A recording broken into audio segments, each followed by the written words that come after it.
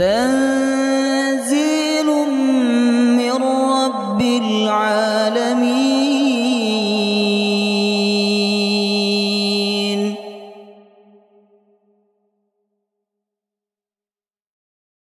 الرحمن الرحيم. الحمد لله رب العالمين، نحمده ونستعينه ونستغفره ونعوذ بالله من شرور أنفسنا وسيئات أعمالنا. من يهده الله فلا مضل له ومن يضلل فلن تجد له وليا مرشدا.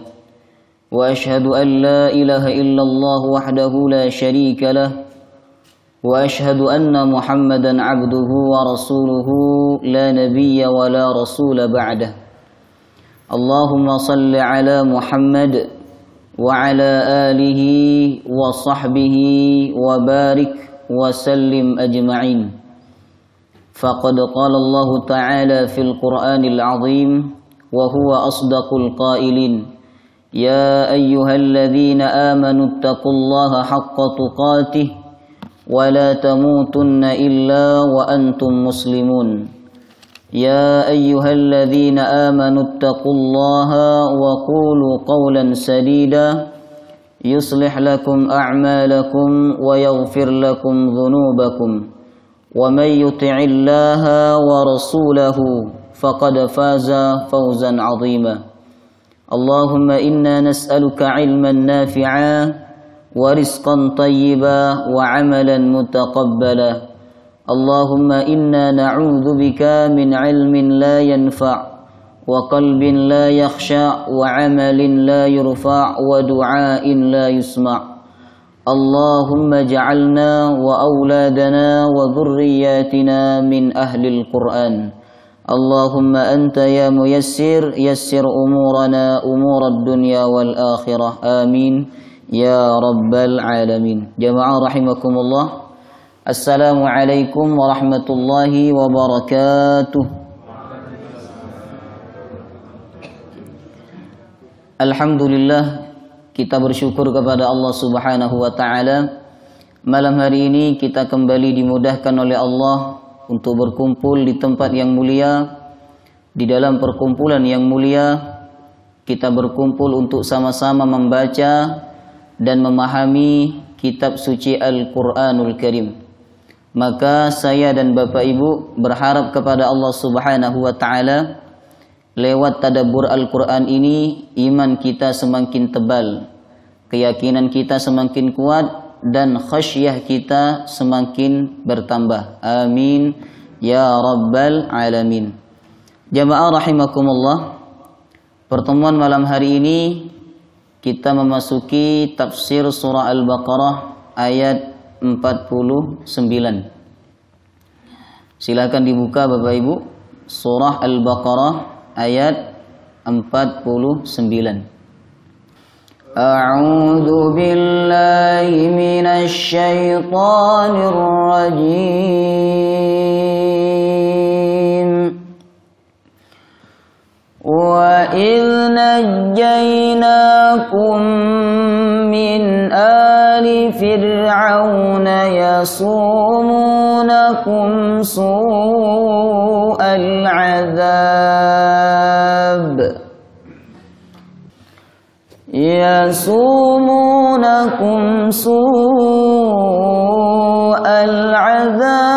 yuzabbihuna abna'akum wa yastahyuna nisa'akum wa fi dzalikum bala'un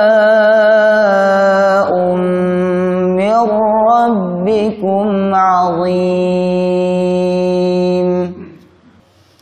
Wa idh faraqna bikumul bahra فأنجيناكم وأغرقنا آل فرعون وأنتم تنظرون. Malam hari ini kita akan mengkaji satu ayat saja, karena kita akan sama-sama membaca dan memahami tentang kisahnya Fir'aun, yang tentu butuh waktu agak lama untuk membahas kisah ini Bapak Ibu, sehingga malam hari ini kita hanya membahas satu ayat saja, yakni ayat 49.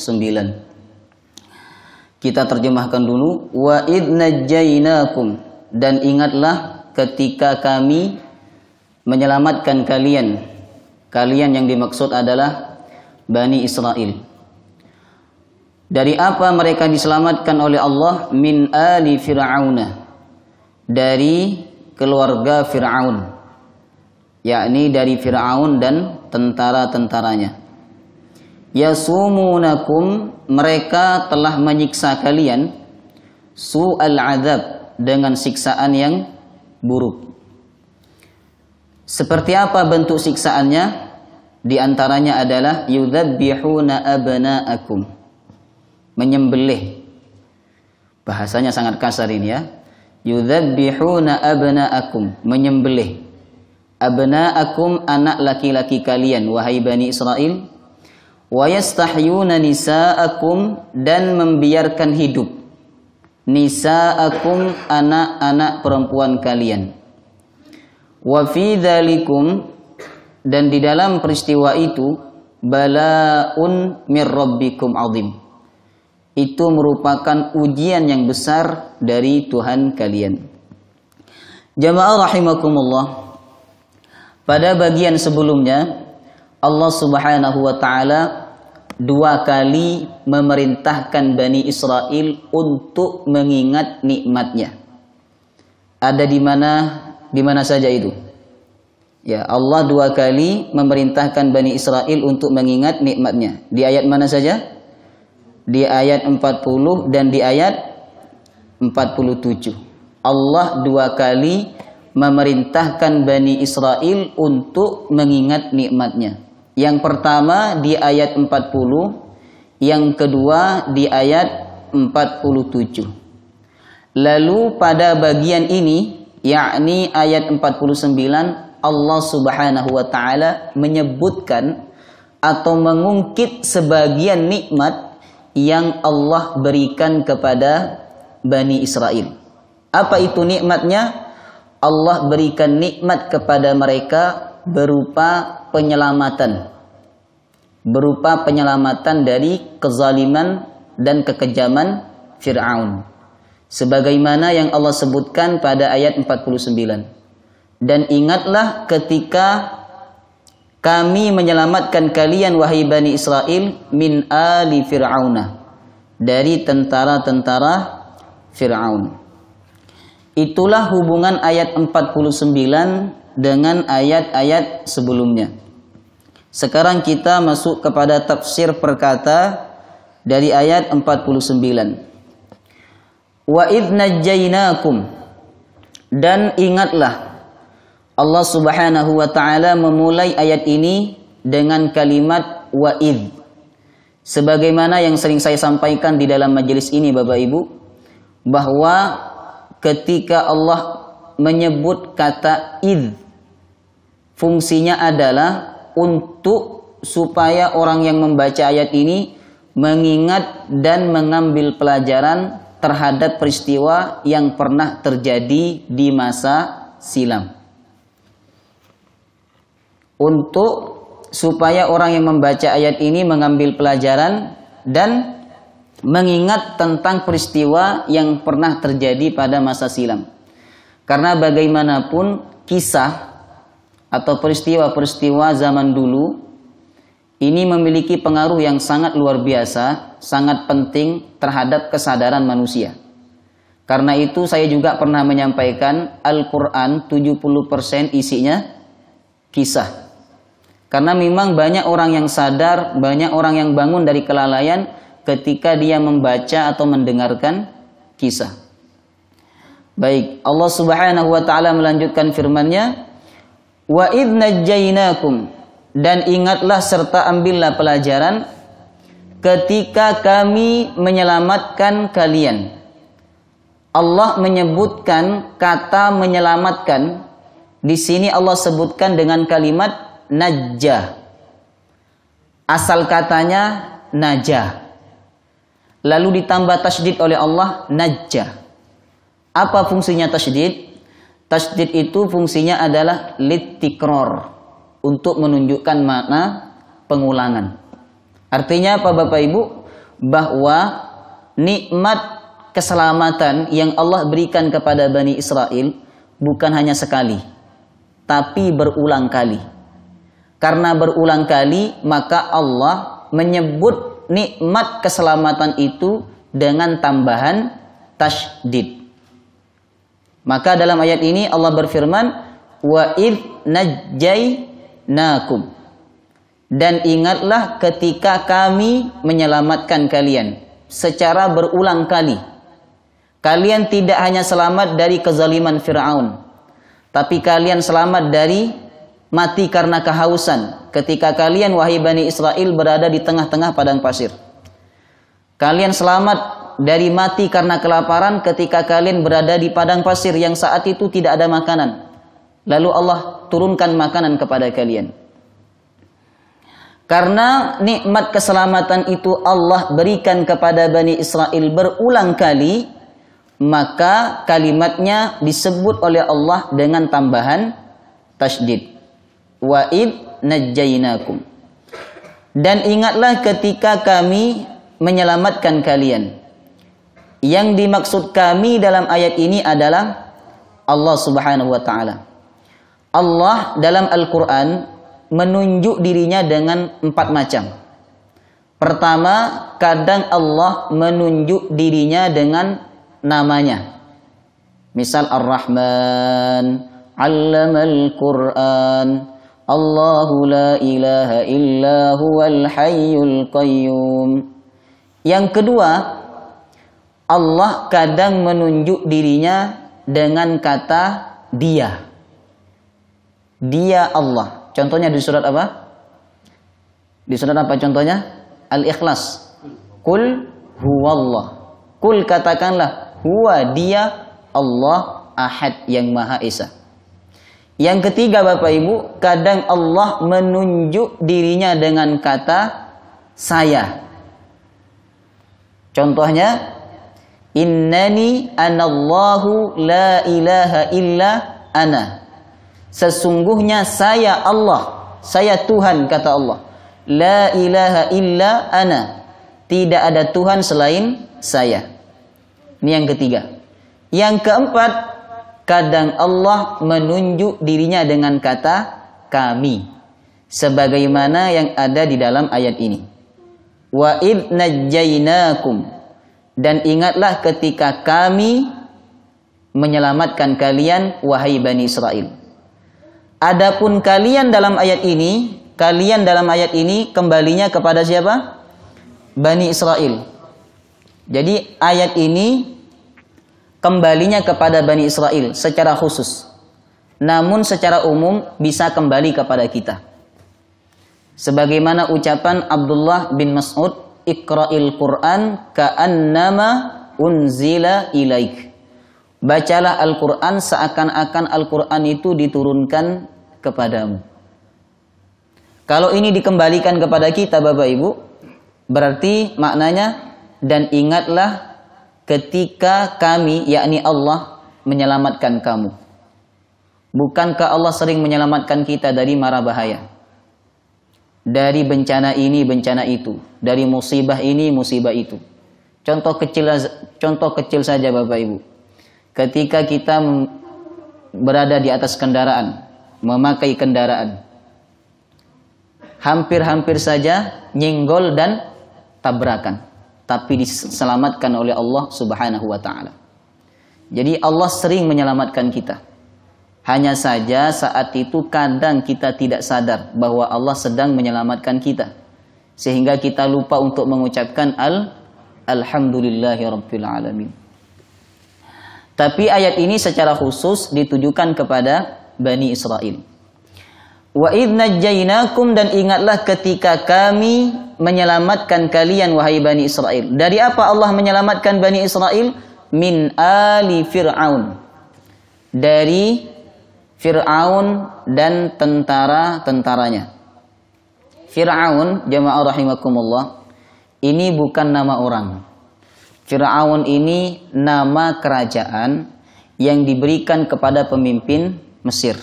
Jadi sekali lagi, nama kerajaan, bukan nama orang. Sama seperti raja, apa lagi? Presiden, kemudian apa lagi?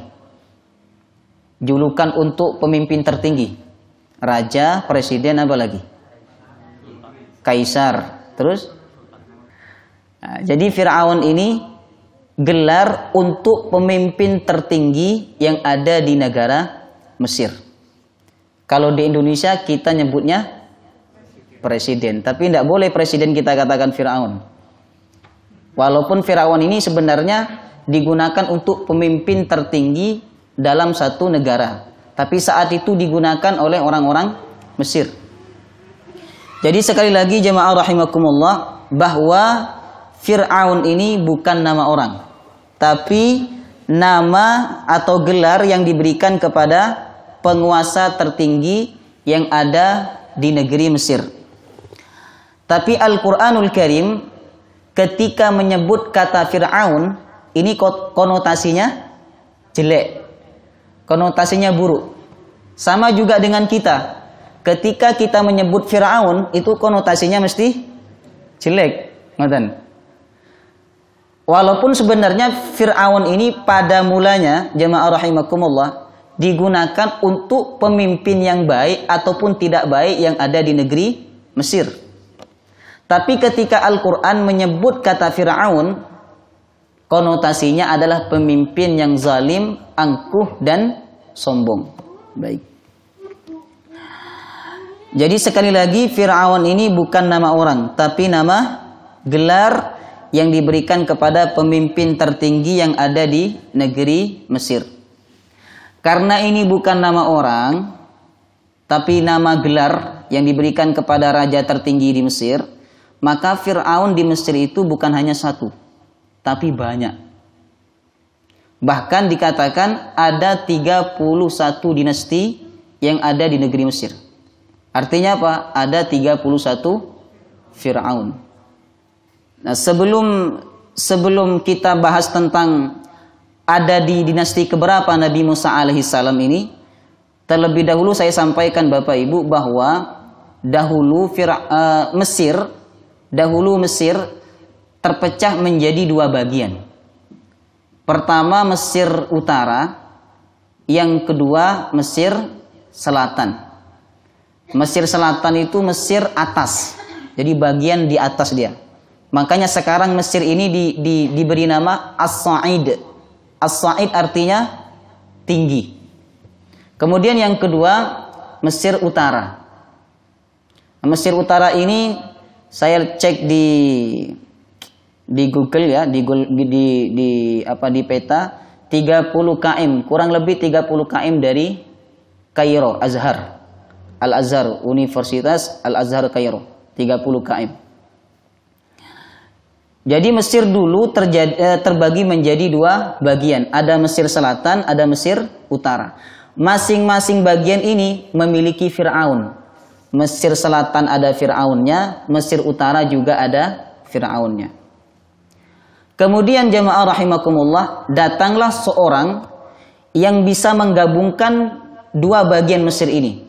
Jadi Mesir Selatan dan Mesir Utara digabungkan menjadi satu.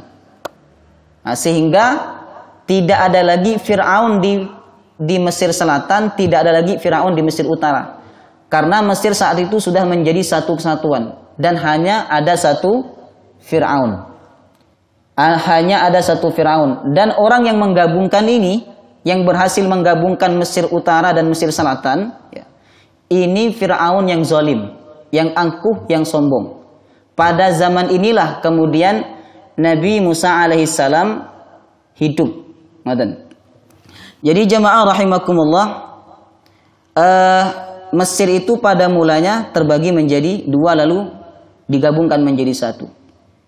Nah, ringkas ceritanya, Nabi Musa alaihissalam hidup pada dinasti Fir'aun yang ke-19. Adapun Nabi Yusuf ini hidup dinasti Fir'aun yang ke-16.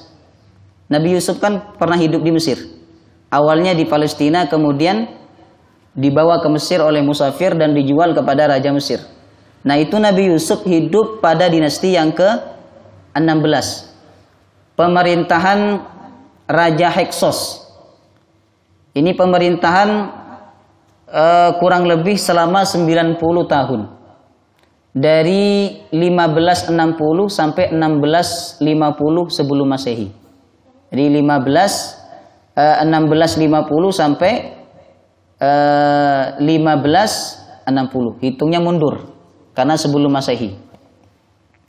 Jadi berkuasa kurang lebih 90 tahun Raja Heksos ini. Selama 400 tahun Bani Israel berjaya dan memiliki pengaruh yang sangat kuat di negeri Mesir. Sehingga banyak orang-orang Mesir yang beragama tauhid. Namun ketika dinasti yang ke-19 yang saat itu dikuasai oleh Ramses Al-Akbar, dia berhasil mengalahkan pasukan Raja Heksos. Ya. Pasukan Raja Heksos atau kerajaan Heksos berhasil dikalahkan oleh dia pada dinasti yang ke-19. Pada dinasti yang ke-19 inilah Nabi Musa alaihissalam dilahirkan oleh Allah Subhanahu wa taala. Dan pada dinasti yang ke-19 ini, jemaah rahimakumullah, Fir'aun pada zaman ini, namanya siapa tadi?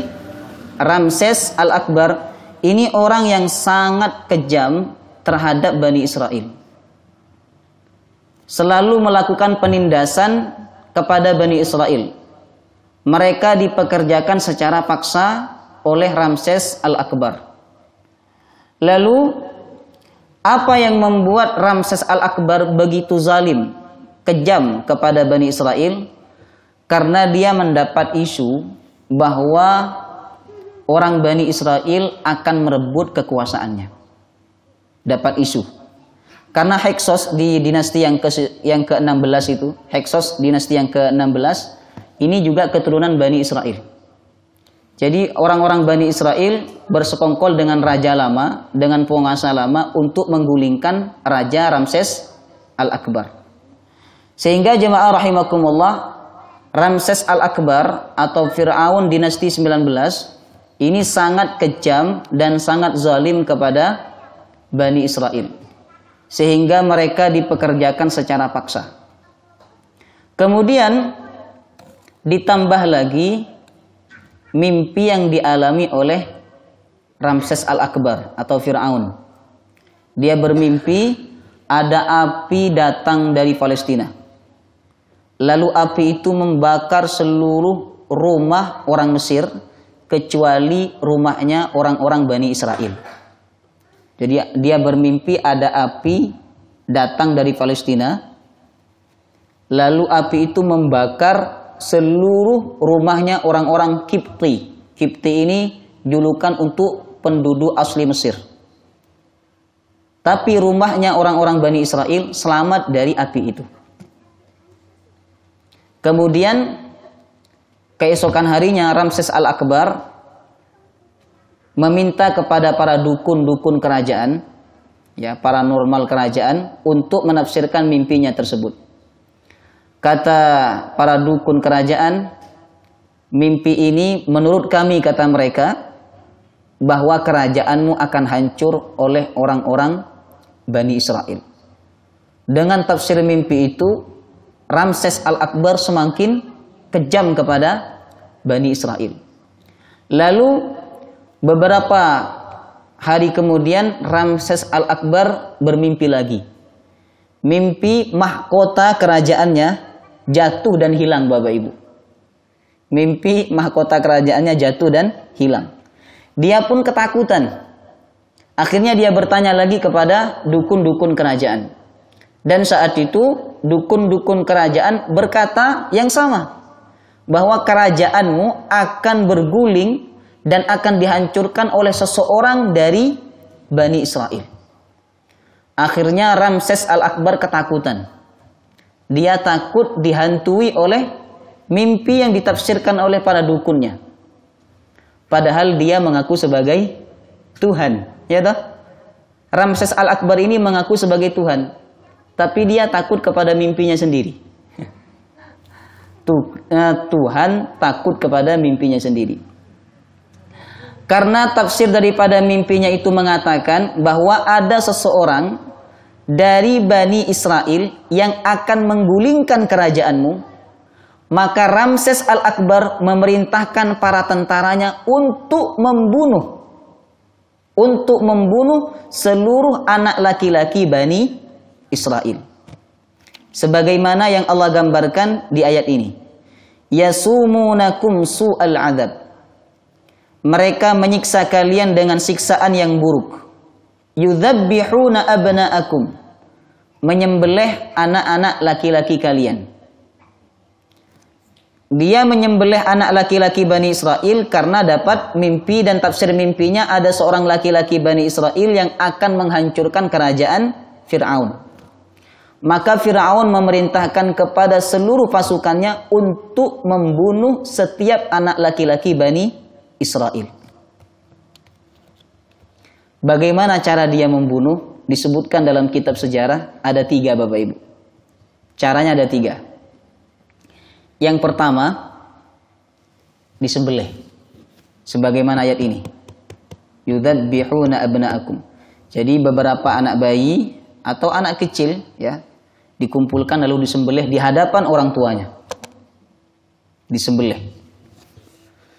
Kemudian yang kedua, dibiarkan tidak makan sampai mati. Jadi anak itu dikurung dalam satu tempat, dibiarkan tidak makan sampai meninggal. Kemudian cara yang ketiga,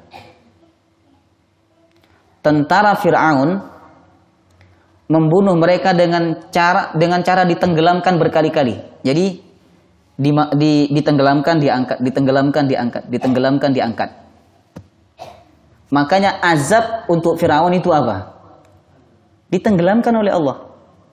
Karena sewaktu dia masih hidup, ya, sewaktu dia masih hidup dan kejam, dia membunuh bayi Bani Israel. Salah satunya adalah dengan cara menenggelamkan bayi Bani Israel berulang kali sampai mati.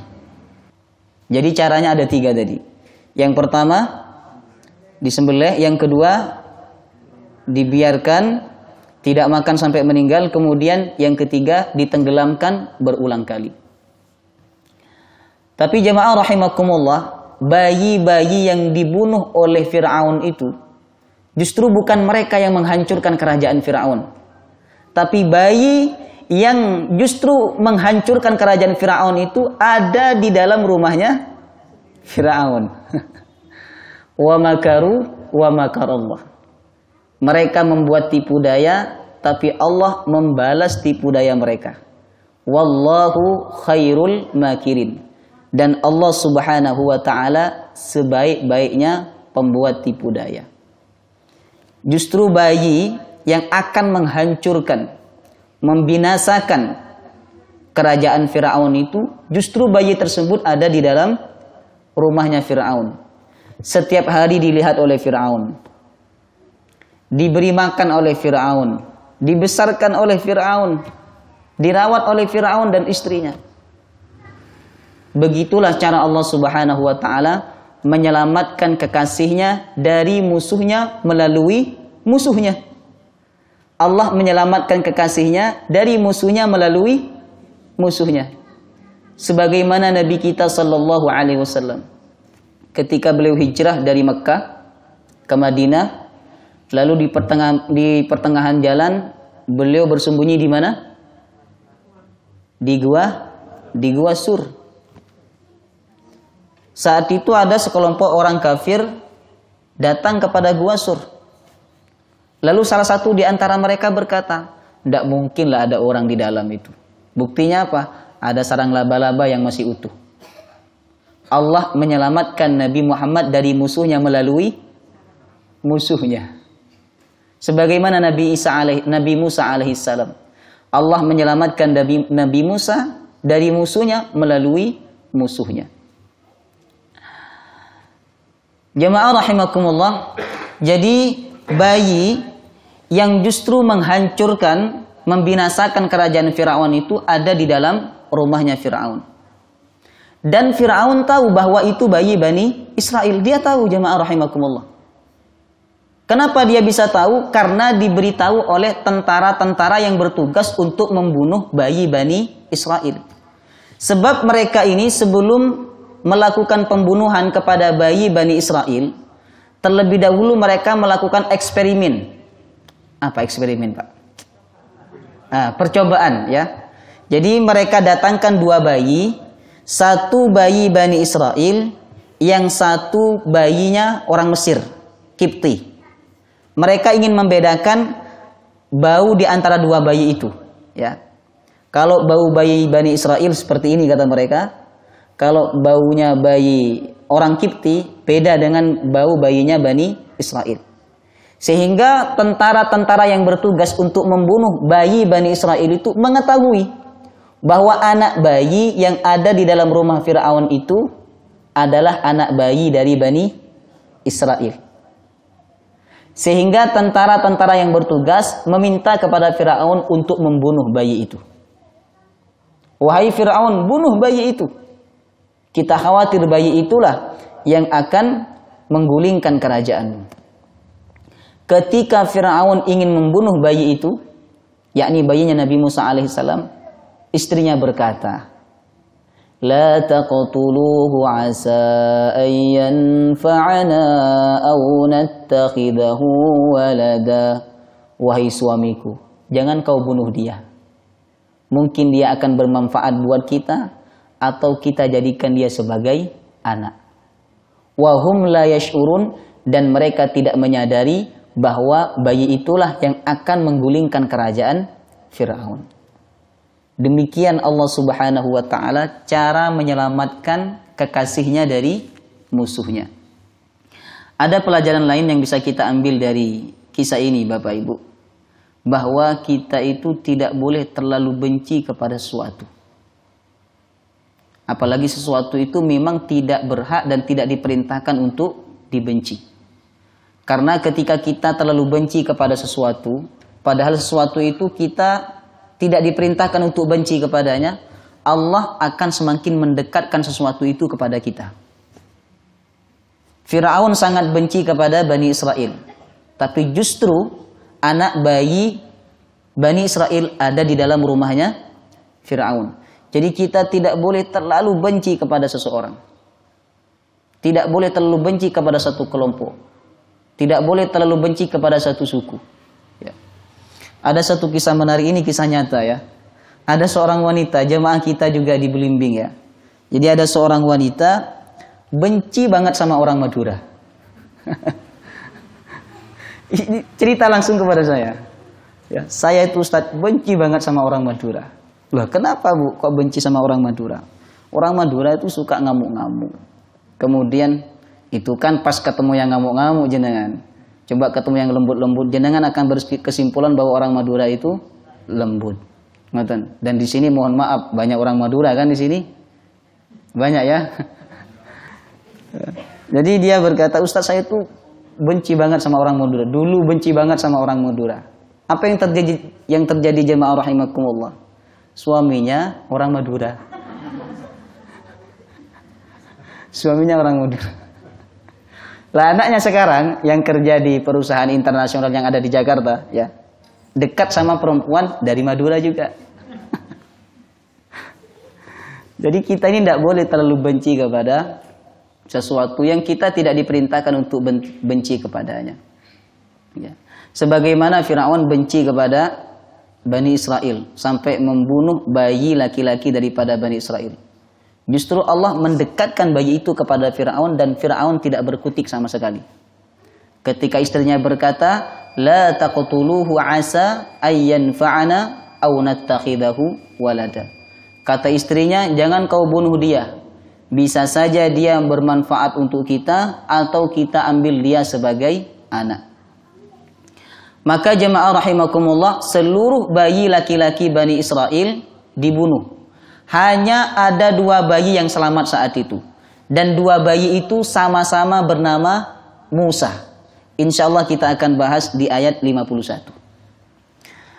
Kemudian Allah melanjutkan firman-Nya, wa yastahyuna nisaakum, dan mereka membiarkan hidup anak-anak perempuan Bani Israel. Tujuannya apa? Untuk dijadikan sebagai budak, pembantu, dan pelampiasan hawa nafsu. Wa fi dzalikum bala'um mir rabbikum 'azim. Dan di dalam peristiwa itu bala'un mir rabbikum 'azim, merupakan ujian yang besar. Mir rabbikum, dari Tuhan kalian.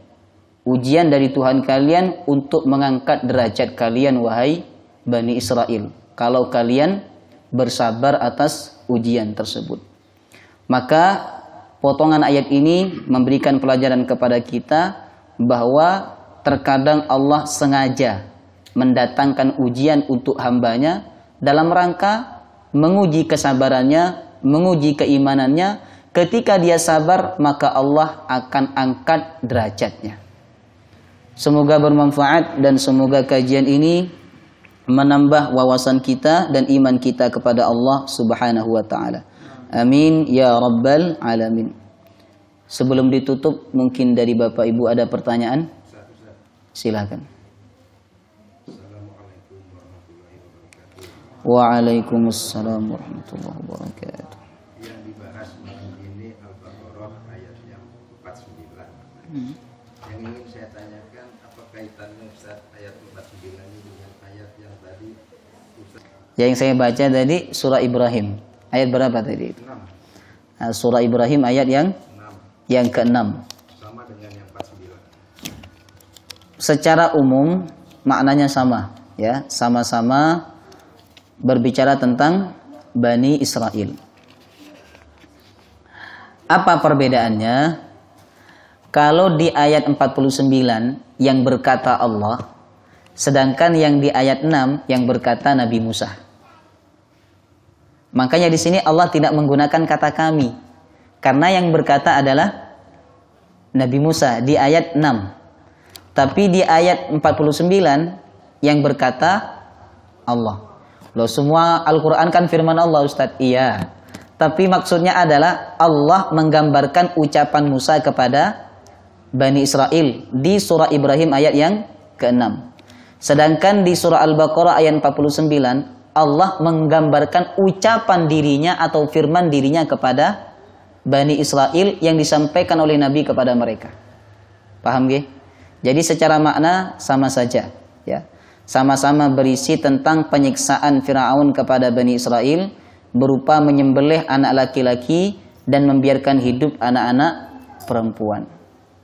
Wallahu ta'ala a'lam bis-shawab. Subhanakallahumma wa bihamdika asyhadu an la ilaha illa anta astaghfiruka wa atubu ilaik. Wassalamu alaikum warahmatullahi wabarakatuh.